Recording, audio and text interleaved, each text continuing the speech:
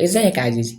من كام يوم نزلت لك فيديو على اليوتيوب وقلت لك فيه اقترح لي قصص وافكار ومواضيع اعملها في الفيديوهات الجايه، وكلكم اقترحتوا لي وانا يعني رديت على الكومنتات كلها، ولكن الاكثر طلبا هو بابلو سكوبار وتايتانيك، يعني قصه بابلو سكوبار وقصه تايتانيك. فنزلت استطلاع راي علشان اشوف هصور انهي قصه فيهم، وقصه بابلو سكوبار كسبت بفرق 75%. فالنهارده هحكي لك عن قصه بابلو سكوبار وازاي اخطر رجل في العالم اتقتل بطلقة فوق بيت قديم في كولومبيا. خليني احكي لك الحكاية من اولها واقول لك ان بابلو سكوبار اتولد عام 1949 في دولة كولومبيا، وكان بابلو سكوبار يعاني من الفقر الشديد، الفقر الشديد جدا. فاحمد ربنا يا عزيزي بقى على النعمة اللي انت فيها. فبابلو سكوبار في سن ال 15 او ال 16، يعني اللي هي في مرحلة البلوغ، كان يعني عايز يخلص من الفقر ده بأي طريقة، وكان شايف ان الفقر ده عيب عليه والمفروض يخلص منه. لذلك ان صحابه او زمايله في السن ده كانوا بيلعبوا كورة بيذاكروا، لكن هو كان بيسرق يفط لافتات المقابر، كان بيقلب رزقه في عربية، كان أي حاجة قدامه كان بيقلبها لحد ما اتعلم الاستثمار والبيع، لحد ما وصل سن العشرين 22 وكان بدأ في مرحلة الكوكايين. وخليني أقول لك إن كولومبيا كانت محطة لبلاد العالم كلها في الكوكايين أو في المخدرات، ولكن بابلو سكوبار قرر يخليها المنبع الرئيسي لبلاد العالم كلها وتيجي تاخد من عندها. طب ازاي ده حصل؟ بابلو اسكوبار بدأ واحدة واحدة في الكوكايين لحد ما اتعلم السر، لحد ما خلى الناس يجبروهم، هو يجبر الناس يجي يشتروا من عنده. لكن يعني توصيلة آمنة. يعني خليني اقول لك يا عزيز ان هو كان بيوصل في سفن، طيارات جوية تحت الانفاق، سفن يعني مترو انفاق، قطور، كان بيوصل في حاجات خارجة من الكتاب، كان بيوصل لطريقة آمنة جدا تخلي الناس تتجبر ان هي تيجي تشتري من عنده. والسعر ضرب السوق كله بسعر يعني اقل من السوق كله، لان الناس كلها جت فعلا كولومبيا وبلاد العالم اشترت من كولومبيا بسبب بابلو سكوبار. وخلينا افاجئك عزيزي واقول لك ان بابلو سكوبار بقى واخد 80% من الكوكايين اللي في العالم حطه في كولومبيا.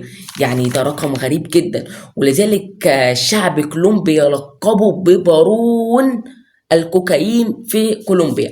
خليني اقول لك ازاي مرحلة تطور غير عادي لبابلو سكوبار. يا عزيزي عشان يخلي وسائل النقل آمنة كان بيدفع ملايين الدولارات للحراس علشان الزبون يطمن ويجي وهو مستريح ومفيش أي خطر عليه ولا على حياته.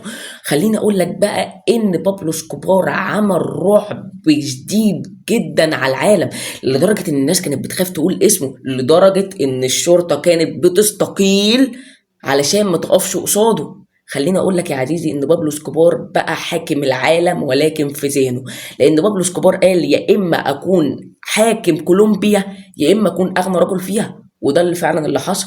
هتقول لي طب ايه الرعب اللي حصل؟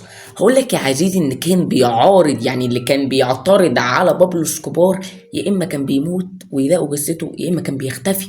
وكان بابلو اسكوبار اللي ما بياخدش منه رشوه كان برضه بيختفي، يعني يا اما تاخد رشوه وتعيش يا اما ما تاخدش وتموت. علشان كده انشأ حاله رعب لسكان كولومبيا كلها وكانت بتخاف تنطق اسمه.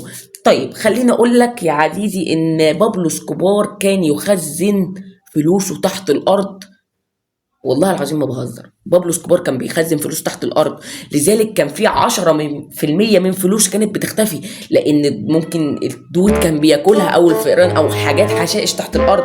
يعني ال10% اللي كان هيحطهم اللي كان هياخدهم منه البنك، الارض تحت باطن الارض اخدتهم منه برضه. طيب انا عايز اقول لك حاجه وما تتصدمش عزيزي، بابلو اسكوبار كان بيكسب 420، 420 ايه، 420 مليار، والله 420 مليار دولار في الاسبوع. اقسم بالله بابلو اسكوبار كان بيكسب 420 مليار دولار في الاسبوع. خليني اقول لك يا عزيزي ان بابلو اسكوبار اتسجن على مزاجه، حرفيا الشرطة جات له قالت له شوف الشروط اللي انت عايز تقدمها وتسجن فيها. حرفيا هو كان يعني جايب حفلات، وكان الشرطة ما بتجيش عنده السجن. يعني هو كان قاعد لوحده، وكان في ملاعب، وكان في كل حاجة تتخيلها، كأنه عايش في بيته، وكان عايش من أحسن 100 وزير في بيته. يعني كان بابلو اسكوبار اتسجن، يعني سجن في ملاهي حرفيا، ولكن اتسجن بسبب الظلم والقهر اللي كان معيشه لسكان كولومبيا. وخليني اقول لك ان بعد ما خرج من السجن اللي هو في الملاهي اكتشف ان فلوسه كلها ضاعت واحدة واحدة. المليارات اللي كانت معاه اختفت، صحابه باعوه، كل حاجة. فترة الازدهار بتاعة بابلو سكوبار اختفت بالتدريج، لحد ما بقى مطارد من الشعب ومن الحكومة ومن الولايات المتحدة الأمريكية. انت عارف يعني ايه الولايات المتحدة الأمريكية تتحالف مع المكسيك اللي كان متحالف معاهم، وتتحالف مع كولومبيا علشان يقبضوا عليه؟